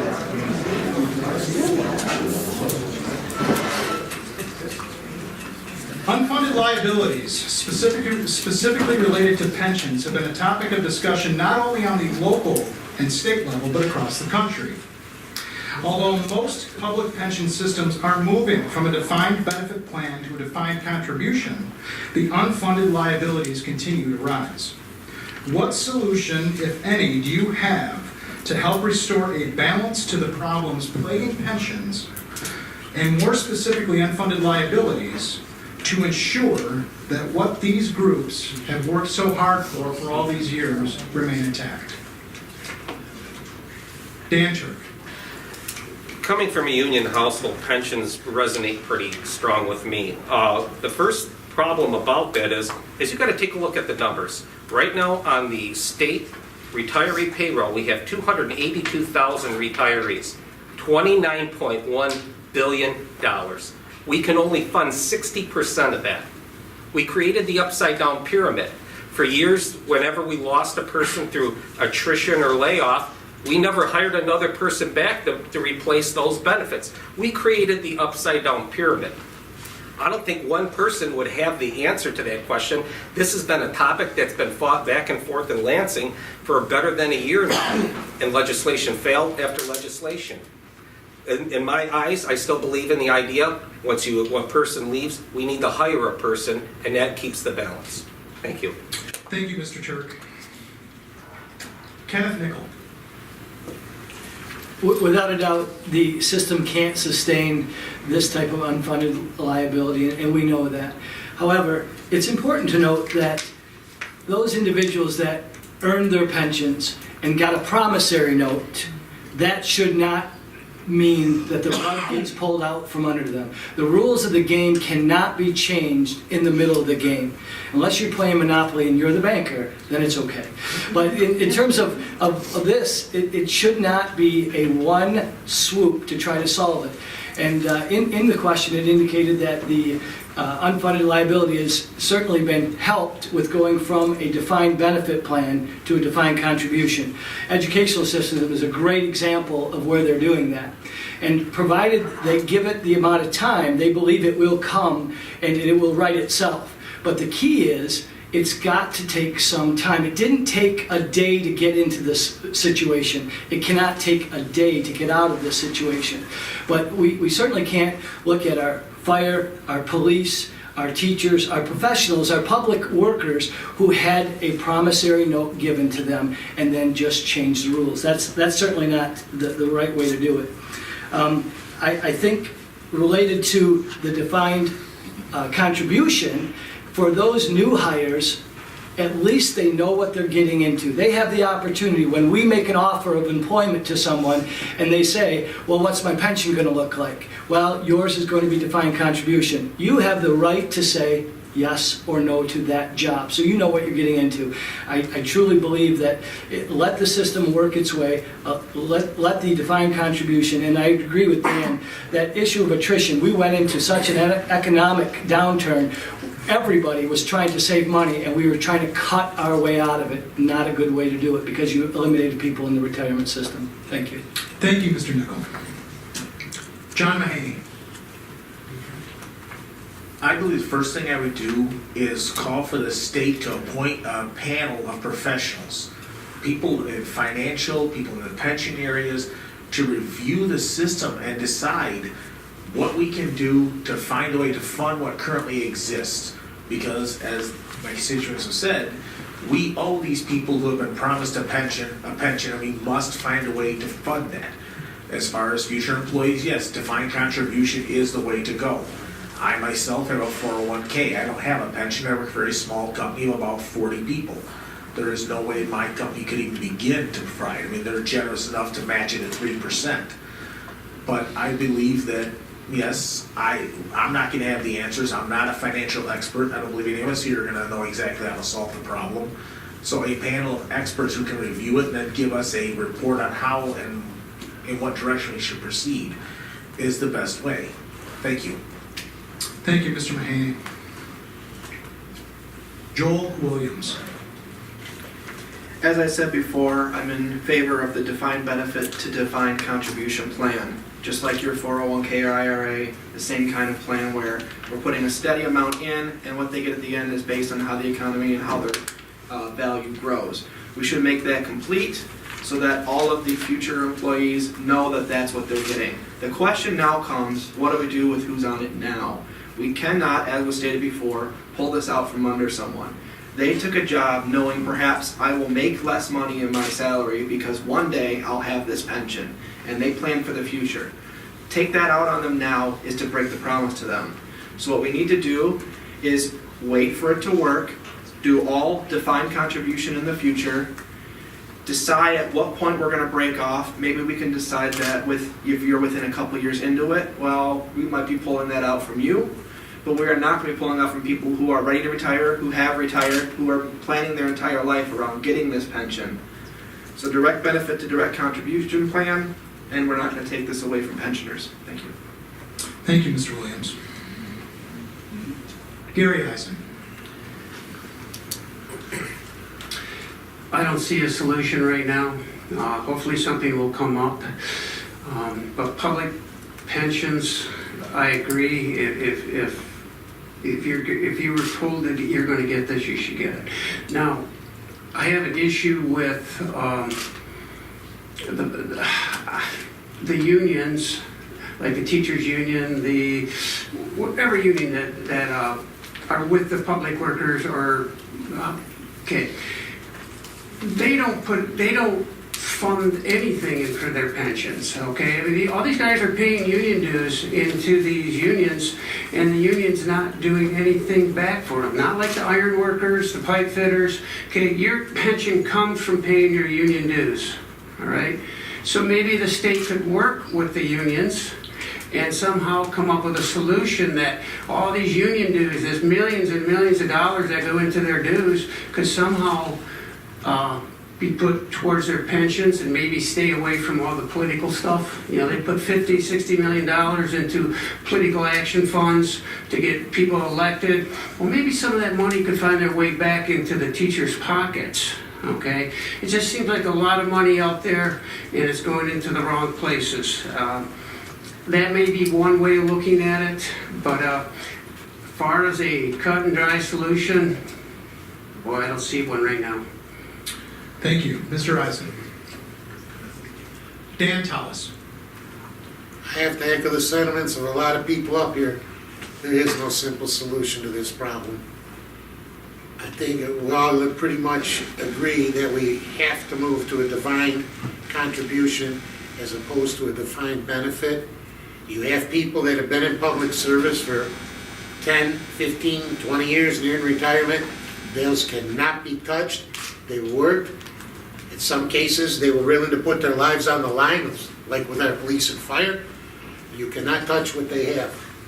The younger people coming in, you give them the defined contribution, and I was a union contractor, we had union employees, that's basically what our contracts were. You took so much per hour, and you put it in the fund. If the fund grew, you got more. If it shrunk, the checks got a little bit smaller. And the simple answer, there is not one. It's gonna take a lot of effort on the part of every single person involved, whether you're a taxpayer, a public employee, or maybe a state representative. We have to work together to find the most equitable solution. Thank you, Mr. Tallis. Joshua Rivard. Everybody's right. This is a very complicated problem, and I think it comes down to a matter of population. Michigan has seen stagnant, if anything, shrinking populations until this last year. It finally went up just a tick. What we need to do is bring more people in so that they can help fund the tax base for this without increasing taxes whatsoever. You get more people in the pool, pensions become cheaper. Now, Gary mentioned that these union dues are not being paid to the pensions, and that's because the unions are constantly under attack from their own administration. The weakening from the repeal recently of prevailing wage, the right to work legislation has done nothing but kind of erode the actual basis of what unions want to do, which is the dues go in to pay for those pensions. I also believe that the insurance cost, specifically health insurance, is one of the major reasons, and it's becoming unaffordable. If we reduce these type of costs, people have more money, they can pay back into the system. So if we keep encouraging people to move into the state by having good ideas, by having good education, by having good paying jobs, that ultimately reduces it. It becomes a cycle, a self-fulfilling cycle, that we need to kickstart again. Thank you. Thank you, Mr. Rivard. Michael Pratt. I agree. We gotta negotiate this thing pretty fast, I think, to get some of them that are just a few years into that, to pull them back into a 401k system, and the population shrinking is an issue. Last statistic I looked at, St. Clair County has shrunk by 13% since 2010. That's a big number to shrink. So when they redistrict, it's going to really change a lot of that stuff. how this district lays especially, but we gotta get a hold of that. I know there is no real answer for it, but somebody's gotta take it, look at the numbers, and make sure there's a way we can get everybody back into some sort of 401k, and then there'll be some of them that are gonna have to stay in that pension system, and we'll find a way to fund it. Just gonna take a while to get her done, I think, so, thank you. Thank you, Mr. Pratt. Mr. Stocker. So, other post-employment benefits, or OPEB. This is a problem that we're seeing not only with our state, but across the country. So it's not unique to Michigan, but we need to tackle it ahead of time so we can not find ourselves in a financial crisis. The state did actually create a board last year for a retirement board to overlook all the OPEB problems, and these are some of the numbers they came up with. Over across the 1,800 municipalities, we have about $18 billion of unfunded liabilities, and then within our school retirement systems, $29.1 billion. So it is a problem. We haven't been looking at it. What we need to do, and what was recommended, is creating a sort of system to look at where cities stand, identify any potential problems, and review those fiscal tables. However, we haven't been accounting for mortuary tables, which people are living a lot longer now. This hasn't been calculated into how we fund our pension programs. So we need to take a active stance moving forward and actually try to fix this problem, but it's not a one-size-fits-all. We are drastically different here than, let's say, the city of Detroit, where they are massively underfunded. These are man-made problems, and we can fix this. The defined contribution systems have been working out well at in transitioning that between giving a choice to employees. These are something we need to continue to do, but we can't, as everyone say, pull the rug out from everyone, because that's just not a possibility. So we need to sit down, make sure that communities and the schools and the government are putting in enough money towards these programs. And it's a complex problem that's going to require a lot of information and some hard work ahead, and I'm looking forward to that. Thank you, Mr. Stocker. This is the fifth question. This is also the one that I referenced a little while ago. The cost of college education is soaring, often burdening college students with immense student loan debt and students' parents with debt at a time when they should be preparing for their own retirement. What would you do to change or modify Michigan's system of higher education? Also, because of the pressures of being graded by state standards, it appears that our high schools are very focused on college readiness instead of preparing high school students for life after high school, leaving a gaping hole in the skilled trades and lucrative careers that don't require a college education. How would you address this issue? It's a two-part question. Dan Thomas. I'm glad I'm a skilled tradesman to start with, especially in today's environment, because we're much in demand. I just wish I was 20 years younger so I could keep up with it and make some good money. Again, we did this like 10, 15 years ago. They pushed everybody away and started funneling them in as a feeder to the universities. And my personal feeling in that regard is the fact that there was just to enrich the people within the university system that benefit from it, whether it's educators, the booksellers, I don't know. Now we see the problem that we don't have enough people with the skills to go fix a toilet, lay some brick and block or whatever. So now we're trying to go spend all this money to go back to that. One gentleman down here mentioned about that to take the money away from the public schools to go to the charter schools and the private schools. Their money's there to educate the students, and maybe some of their money needs to be used for the students if they want to go and learn a trade, maybe through a trade school or something. We cannot limit ourselves on just a public education with the public money. more and more, it's gonna become paramount that we have people that can fix the brakes on your car. They can put the wiring in your house. Maybe drive the landscaping equipment so they don't run somebody over. I don't know, but that's my feeling on it. Thank you, Mr. Tallis. Joshua Rivard. This is a big problem. As somebody that's paying off their own student loan debt, it's kind of crushing. And it makes it hard for me to try to stimulate the economy with my own dollars because I have to save to pay off for this college that ultimately I don't regret, but I kind of wish I would have gone after doing trade skills. So I think what we have is a problem of culture. This belief that everybody needs to go to college, everybody has to have some sort of bachelor's degree at the end before they go into the career workforce. It's not true at all. You can have smart, educated workers who don't have bachelor's degrees, and you can have people, I've had plenty of people who have bachelor's degrees and seem kind of clueless. So what we need to do as leaders and representatives is go down to these schools and say, you need to stop bringing in these college recruiters all the time and also bring in the trade skills. Bring in your local 98, bring in your local 451 or whatever, and have them talk to the students and say, you can go into trade skills as well. This is an option. We need to make trade skills a major focus in our education. Additionally, I actually used to work for two different universities. Saginaw Valley, where I was a resident assistant and ran the outdoor programs out there, and in Colorado State University, where I was a teaching assistant for the brief time I was trying to get my master's. And the fact of the matter is that a lot of the cost of university goes to administration bloat. At Saginaw, we paid for the house for the president to live in. I don't know how that helps the students whatsoever because it didn't help me. Also, there's a lot of money being used for senseless things like programs that don't make any sense that ultimately could be used for free. Schools are very competitive and they feel the need to one-up each other, which is creating this big, massive money problem, forcing more students, trying to bring in more students each year. We need to stop that. We need to stand up to the universities and say, it's fine to have an education, it's fine to get a bachelor's degree, but we also need to have a greater focus on trade skills.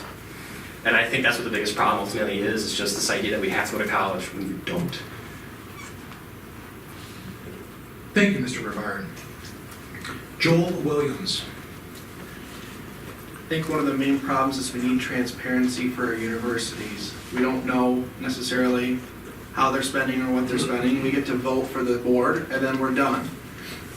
We also need to look at trade schools, as everyone else has said, and things like when I went to school at a tech center where you could leave high school and go off and learn one of these trades for a while and be ready to go to one of the trade schools with skills already in your hand.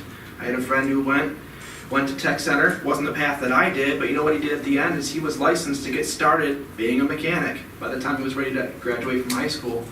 That's a great thing for them to be able to do a head start in trade schools before you even leave high school. So we need to promote programs like this. It's all about educational diversity. Educational diversity gives you the choice to go down the path that you want. Otherwise, we're pushing every single student into the same university plan, which does not work for every single student. Thank you. Thank you, Mr. Williams. Gary Eisen.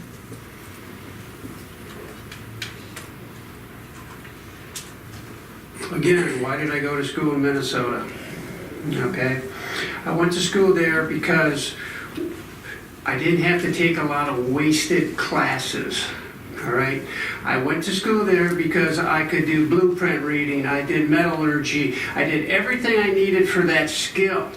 I didn't have to take a speech class, I didn't have to take a phys ed class, I didn't have to take reading appreciation. All this other stuff adds cost onto your college education, okay? They just need to streamline these classes. You know, people graduate, they go, gee whiz, I don't even use anything in my degree, okay? How many times do you hear that? I hear it all the time. You know what? In my degree, I use everything. I even had a class in business law, accounting, economics, and that was all part of welding class, okay? So I said, they are ages ahead of Michigan in that. Number two, I blame the federal government for giving money to all these kids who are taking a degree that they're not going to get a job in, okay? I mean, holy smokes, some of these degrees, I don't know what they're thinking, okay? I mean, you got engineering, you got stuff in the medical profession. I mean, those are jobs, okay? But when you go to school and you take newspaper appreciation, okay, or something that just doesn't make sense, but the federal government just keeps giving them more money and more money and more money, and next thing you know, you're $100,000 in debt. and there's no way you're going to get a job to pay it off. So it is a problem, and I feel sorry for these kids who are in debt like that. But, you know, and the mindset of being a second-class citizen because you're a skilled trade and not a college graduate. If that mindset changes, you'll change the system. Thank you, Mr. Eisen. John Mahaney. I believe one of the biggest problems in our universities and colleges is the bureaucracy. The colleges are way overblown as far as how they're administrated.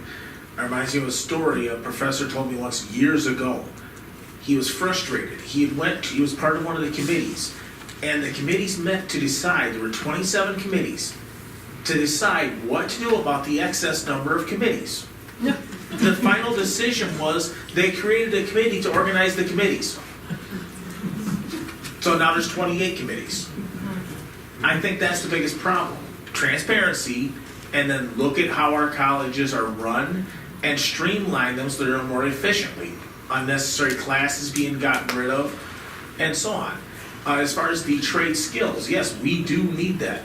My son, at 4 years old, took apart a remote controlled car. We're like freaking out until we find out he actually put it back together and it worked. But of course, they immediately, because he's extremely intelligent, were always pressuring him to go to college. Now he's basically never went to college, and he's currently working on his own to try to become a blacksmith. You know, when I graduated high school, I recall it was in '86 that they never sent people around from trade schools to talk to us, but there were all kinds of college representatives, and that's only going on like that. So yes, we need to bring in personnel from trade schools and technical schools to speak to our students and remove the stigma about working in a trade and not being a college professional. Thank you. Thank you, Mr. Mahaney. Eric Stocker. This is once again one of my favorite topics to talk about. Just a little story first is one of my friends, because when I went to school, it was preach-only college. He went to Saginaw Valley, was getting a degree in engineering, didn't like it, complained about it the whole time, graduated in 5 years, but at night he went and got his CNC machinist degree over from Delta Community College. Now works doing that, makes more money than I do, just bought a house, has a dog, he really loves it, and you know, he's very happy, but he's got $80,000 of college debt over his head because college was the only option presented to him. And we need, one of just a cheap way that costs $0 is just, like everyone said at school, to say, hey, there's another option. Pull in a trade school rep. You know, it's predicted that there's over 800,000 jobs in skilled trades coming out, and we don't have the talent to fill it.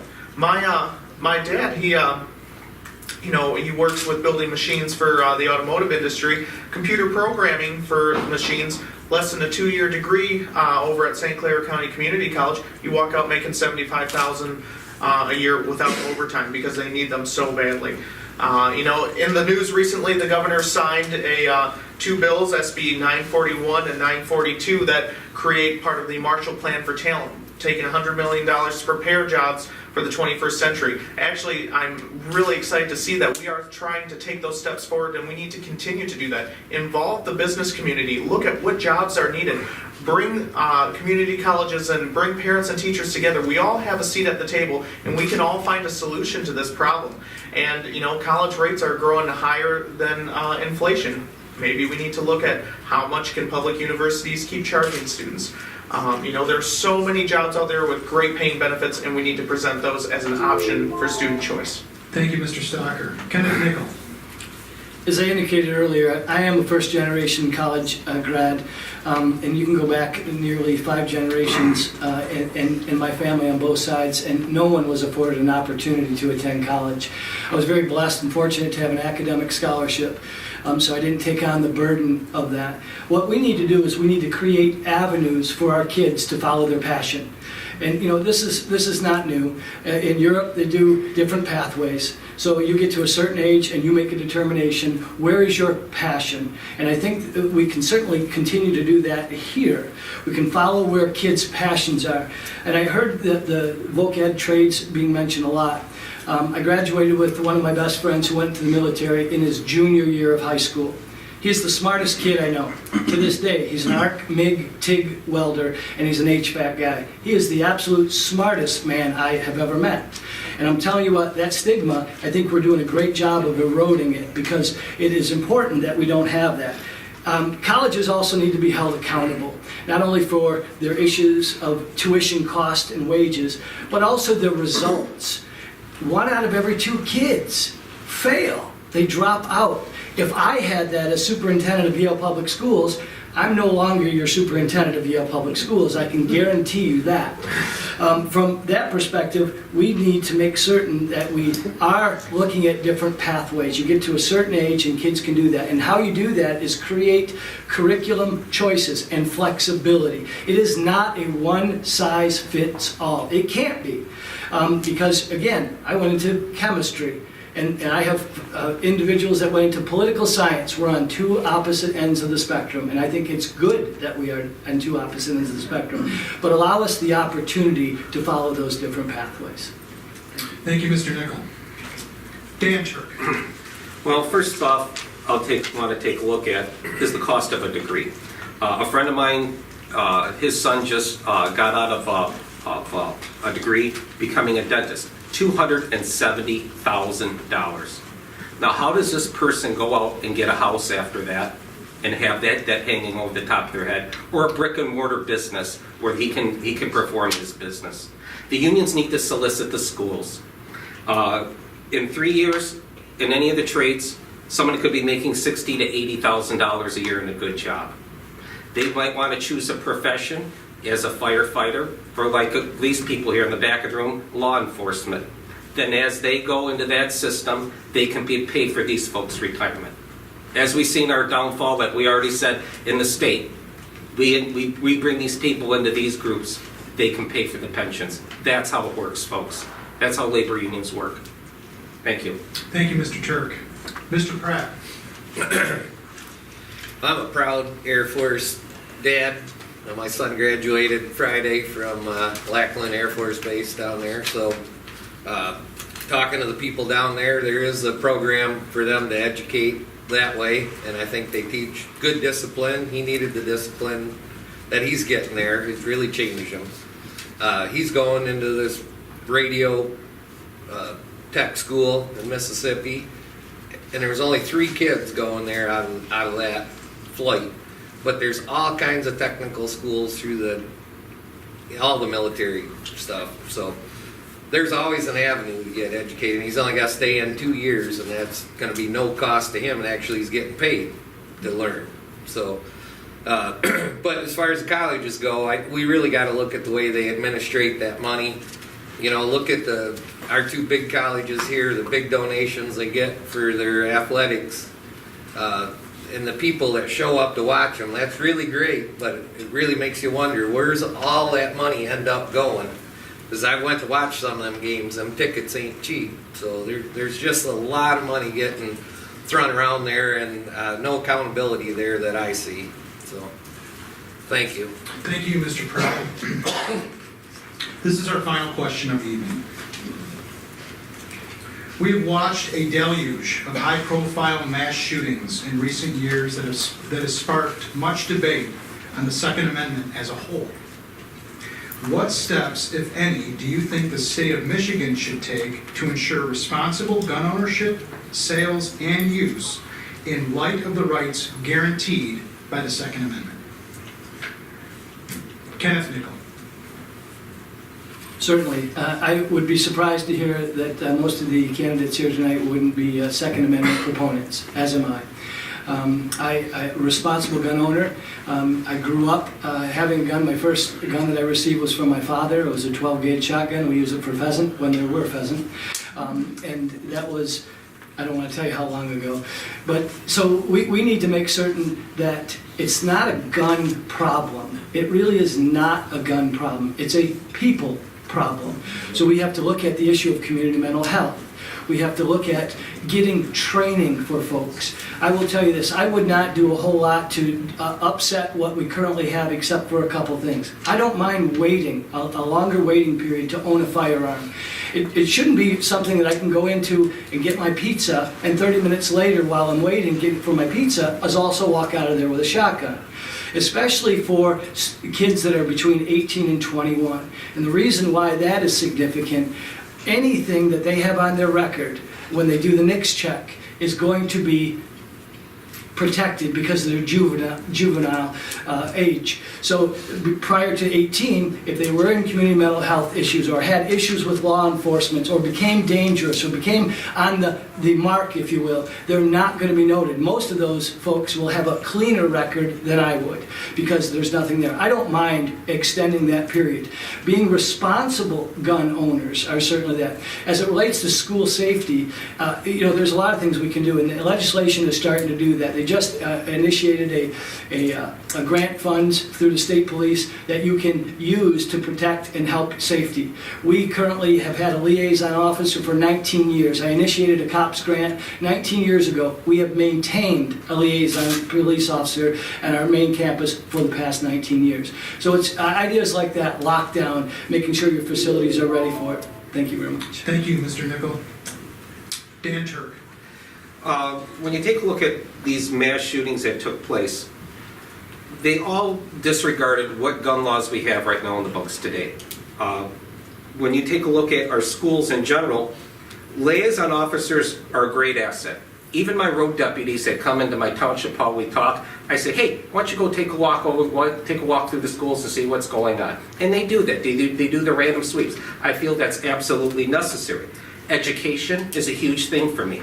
When I was a kid growing up in a rural area, we got to spend a week in a classroom and we talked about things like safety boating, safety hunting, safety with guns. At the end of it, we got ourselves something that looked like a driver's license we could put in our wallet, and we got a patch. That taught us responsibility. It taught us how to respect that gun and what its use is for and what its intent were for. And when you put something in its sights and you pulled the trigger, you made a choice. I want you folks to think about that. And that's what I have about the topic. Thank you. Thank you, Mr. Turk. Mr. Pratt. I think in a lot of the same fashion there, that they need to put more of this training, like gun safety, back in school so they're educated with guns. When I was in school, we took guns to school with us so we could go hunting. So it being a gun problem sure isn't the gun's fault. We didn't have to lock our cars then either. Now you got to lock everything up. But got to get rid of these gun-free zones too, I think, because I think that creates a target area for people. Okay, the bad guy already knows everybody in here ain't going to have a gun on them because they ain't allowed in the building, So it's kind of an odd scenario there that we create gun-free zones, or even at the courthouse when you're sorting through everybody. But it definitely needs to be changed, but I think it's changed in a different direction than what a lot of people think. So, thank you. Thank you, Mr. Pratt. John Mahaney. I believe you need to revamp the CPL system, but I've thought about the idea of whether or not to go with the constitutional carry, and that is a wonderful idea until you take into account the fact that you're going to have people that are not possibly properly trained. And I mean, do you really want someone who's never fired their gun in a instance of a mass shooter to also add their shooting to it? So we need, for people to carry guns, they must be properly trained. They must be able to hit what they're aiming at. Also, we need to basically work with the idea of the state for background checks. We do need a in-depth background check, and I'm willing, like my constituents, to wait longer to get a gun to make sure a proper background check's done into mental health, criminal record, and other. But also I do oppose the idea of the gun-free zones. I mean, if, let's say, one I know is the mall, Birchwood Mall, if a person went in with a gun, gonna go in there shooting, a little sign on the window saying no guns is not gonna stop them. That person goes in there and start shooting. you're gonna have to wait till police officers arrive, which even if they're there in 3 or 4 minutes, a lot of shots can be fired in that amount of time. One person with a gun would stop that. That is why in Texas, where they have very liberal gun laws, the only mass shootings that take place in Texas are in gun-free zones. Because in a theater, for example, if a person starts shooting, no longer when that person stops to reload, someone is going to shoot that person right then. So I believe that the laws do not protect us and need to be gotten rid of. Thank you. Thank you, Mr. Mahaney. Joel Williams. This is a mental health problem, not a gun problem. The guns are tools. There's an article out there, and I shared it on my Facebook page, also that in the UK, where they are restricting guns, they now said maybe knives are too sharp. People are using them to hurt people. We should just dull the end of all of our knives. It's the intent, not the tool, that is the problem. One of the issues that I strongly favor is we see that we have our police stations are running out of room to put offices and such in there, along with schools that are having empty classrooms available. If they had an office space within that school that they do their regular duties at, now they're right there ready to act if something should occur without having to hire private security or some other person to be there. As an NRA and GOA member, I'm a Second Amendment supporter, but I do think that our NICS system is broken. It's not that difficult, or it shouldn't be, to find out, is this person a violent felon right now? That's something that's already being recorded, but how come we can get a yellow saying, come back in a few days, we're not sure yet? Should be easy to decide. So we need to get rid of our pistol-free zones, our weapons-free zones, allow people to defend themselves, to use these tools for good, instead of using a tool for the intent that's malicious. Thank you. Thank you, Mr. Williams. Joshua Rivard. I absolutely agree with Mr. Nichols about bringing officers to schools and having these background checks. But I don't think it comes down to a cultural problem. We are trained to be fearful of everybody else. We are trained to think that a hero will come in and save us. I spent 4 months alone cycling across the country, through some of the worst parts of this country. I never once felt in danger. There's mass hysteria in this idea that people are constantly going out and killing each other. And the fact of the matter is, it's not. This time in history has been the safest it's ever been. It just feels unsafe because the constant news, the inability of our communities to come together and talk. So as a state representative and as a leader of the community, you need to go out there and tell people things aren't as bad as they seem on a safety level. Economically, different story. But when it comes to your neighbors, they're not out to get you. We also have to be careful when we frame it, because I agree it's a mental health problem, but when we frame it as a mental health problem, those people who have mental health issues out of fear of not being able to own a gun to go hunting will not go through the background checks. They will not try to go through the proper channels. And that's the fact of the matter. As somebody with mental health issues, I have no problem owning a gun. I hunt. I love hunting. But if you start framing it too much in too hard way about mental health, you suddenly turn me and everybody else off into this ideology, and you start losing the people. I also believe we need to maintain gun-free zones, specifically in our schools. Unless you are an officer of the law who is well-trained to use that weapon, there shouldn't be a gun in our schools. Because it only adds additional cost and additional level of danger. Because even if you're teaching elementary school, some of those kids are powerful and some of our teachers are small. We need to keep the guns out of there and keep them safe. And additionally, we also need to never pass constitutional carry, mainly because up until the very moment you commit a crime, you are innocent. You're not a criminal. But if you have access to the gun, then it's very easy for you to commit that crime. Thank you, Mr. Rivard. Eric Stocker. When it comes to our Second Amendment rights, when it comes to gun safety, criminals are not going to be deterred by words on paper. They're already intent to commit that crime. They're already going there with malicious intentions, and they are going to ignore what any words on any paper says. What I do believe in is enforcing our current laws. There's been incidences with the shootings where people have gotten those weapons because the proper background checks weren't complete. because the government offices who receive some of this didn't put it into the electronic form. We need to ensure that those laws are followed as well. We also need to look at the source of the problem. Mental health has come up time and time again with everyone talking here, and the state has shut down so much of its mental health services that we need to take a look at providing that back again to people. Also, just communicating. We spend so much time on our phones not looking at each other when perhaps a hello, how are you doing? Something like that could easily solve the situation. Look out for one another. If you see someone who looks like they're in a bad state, maybe they're down and out, go talk to them. Let's give more money to school counselors. Let's try to use these resources that we have.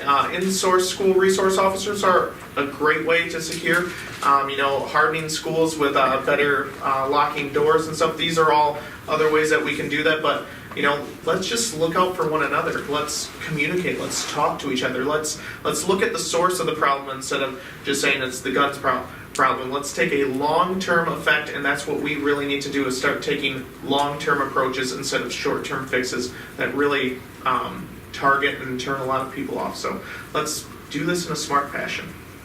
Thank you, Mr. Stocker. Gary Eisen. Many of you know that I'm a very pro Second Amendment, pro-gun guy. I teach classes. I teach beginner through advanced firearm training. I taught two ladies that were in that shooting in Marysville a while back, and they came to me and said that they felt completely helpless. Okay, they didn't know what to do. All right, so I took them through the class, and they thanked me tremendously, and they were all anti-gun before that started. But boy, did they wake up really fast and found out how helpless you are. Okay, and you know what? And it's not a gun problem; it is a people problem. You can take a vehicle and run people over just as well as you can shoot them. Okay, it's if evil exists, evil will find a way. All right, now. I'm a firm believer in training. Shooting skills are acquired, and they're also, you can lose them with age and eyesight and all kinds of stuff.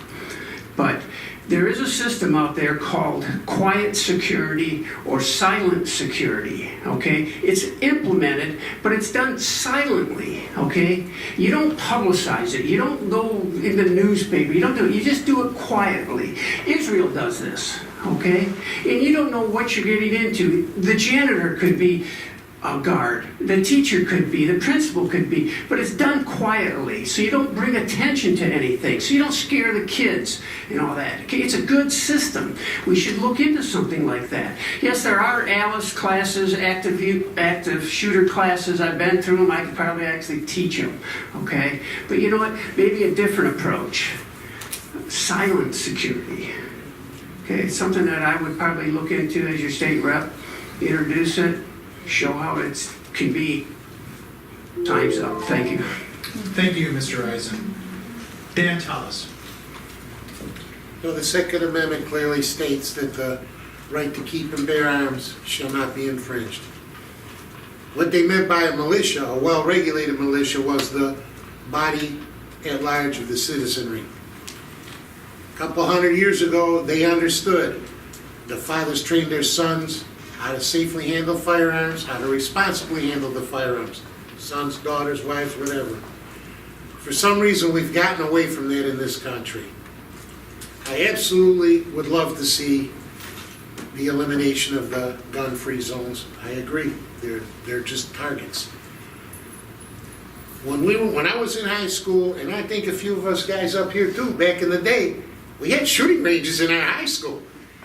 Guys brought their guns to school after they went out pheasant hunting in the morning or deer hunting in the morning. The guns were in the car.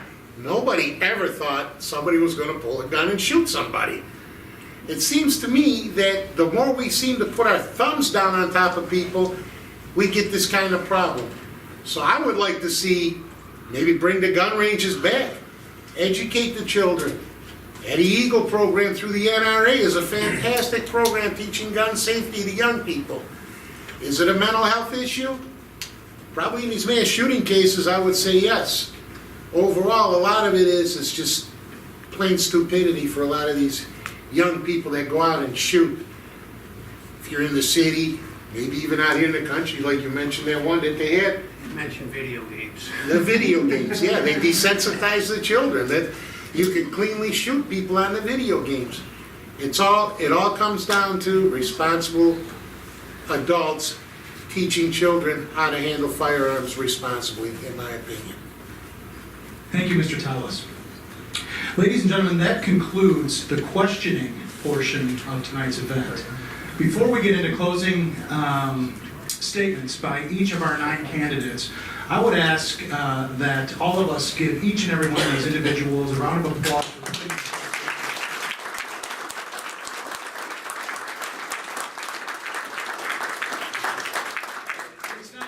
It is not easy to be a person who puts himself or herself out there subject to the public purview, to be rated by everybody, to be judged by everyone. But when you run for a political office, when you're looking to serve your community at that higher level, that's exactly what happens. And I commend every one of these gentlemen for taking a step forward for what they believe to be the betterment of their community. I know it's not an easy task, and I personally thank you for that.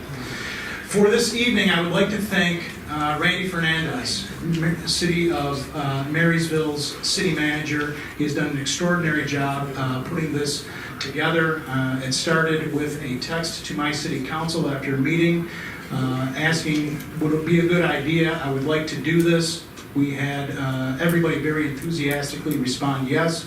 Poor Randy, the next day, was given the task of putting this together. So I can stand here in my suit and look halfway decent, but Randy made all the phone calls and did all of the logistics with his team, Stephanie Denarden, and I know Julie is around here somewhere. I would also like to thank City Council Member Dan Shirkey, City Council Member Paul Wessel, Mayor Pro Tem Kathy Heyman, and our County Commissioner Duke Dunn for being in attendance. All of them are here to learn and support these candidates, and they all represent the City of Marysville as well. The goal of tonight's evening was to educate the voters. It was to give the voters an opportunity to meet the candidates, see where they stood on what I believe are the 6 most pressing issues that they will face in the upcoming legislature, and I believe wholeheartedly that has been accomplished. I think you received as voters an education in each of these candidates. I think they answered truthfully, and I think they answered from the bottom of their heart. So I would like to thank everybody for attending. We will now have a 1-minute closing, again, in random order. Thank you very much, gentlemen, for your time this evening. We'll start with Kenneth Nickel. Again, thank you for being here this evening. Give us the opportunity to share our views and hopefully have you make an educated decision of what's going to happen come at the August primary. In a summary, what I do for a living is service. It's service oriented, and I've always done that. And I think giving back is one of the reasons why I'm here today. It's in my DNA. I'm a member of the Knights of Columbus, 8710. I'm the only candidate to receive the Michigan Right to Life endorsement. I'm certainly one that says, I know that my moral compass is pointing in the right direction. One of the key components of here and why we're here today is want to make certain that we are able to demonstrate to you who we really are. And I'm hopeful that this evening you were able to get the opportunity to assess and make informed decisions. My youngest son gave me my campaign slogan. He says, "Nickel just makes sense." So I hope I make sense for you in this community. Thank you very much. Thank you, Mr. Nickel. Michael Pratt. Well, I thank everybody for coming and listening to us, but I think I make the best candidate because I serve on a lot of boards, been in the Burville Lions Club for going on 40 years now, and we do a lot of stuff there through the Thumb Beef Jackpot. We give away a lot of scholarships. I've been on that board for 20-some years. East Branch of the Coon Creek, I work with that board. I'm the only one on that board that don't receive a paycheck. It always makes me feel a little odd when I'm in there, but I think there's 38 of us on that board, and everybody's a county or city employee there that's getting paid. But I go there, we pasture cattle on the river bottom there, so I'm always concerned about whether we're creating pollution or, you know, what we can do to clean it up. So we've had a lot of great ideas. That all feeds into the Clinton watershed, so we're trying to clean it up. So, thank you. Thank you, Mr. Pratt. Gary Eisen. I was brought up with my dad telling me that if you're going to do something, be good at it. And be good at a lot of things. Being good at a lot of things is better than being great at one thing. If you lose that one thing, you have nothing. But if you're good at a lot of things, you can make good decisions, you can be a good person, and I am a good at a lot of things. You know, I probably won't be a great state rep, but I'll be a damn good one. And I hope that if you give me the chance, I can use all my skills, talents, life experiences, life accomplishments, and put them to work for you. Thank you. Thank you. John Mahaney. As your state representative, I can promise you this. I will write, initiate, and support legislation that will take care of what this state needs. I will also, would be my sole occupation. I get as many hours a week as needed. I'm planning on about 50 to 60 hours a week between time in session, when I'm not in session and not in meetings. I will have office hours every day of the week that I'm here, open to the public. I will be available to each and every constituent that wants to get a hold of me and willing to return calls and emails to as many as humanly possible. I believe I am the best choice for this job. Thank you. Thank you. Sometimes we have to admit when we're wrong, and I looked over two very important people in this room, and that is Renee Stoya and Ann Ratliff, who are also part of city administration. I don't know how I missed you, Renee, because you've been sitting right next to me. She's got her finger on the button, so thank you as well for this evening. Dan Tallis.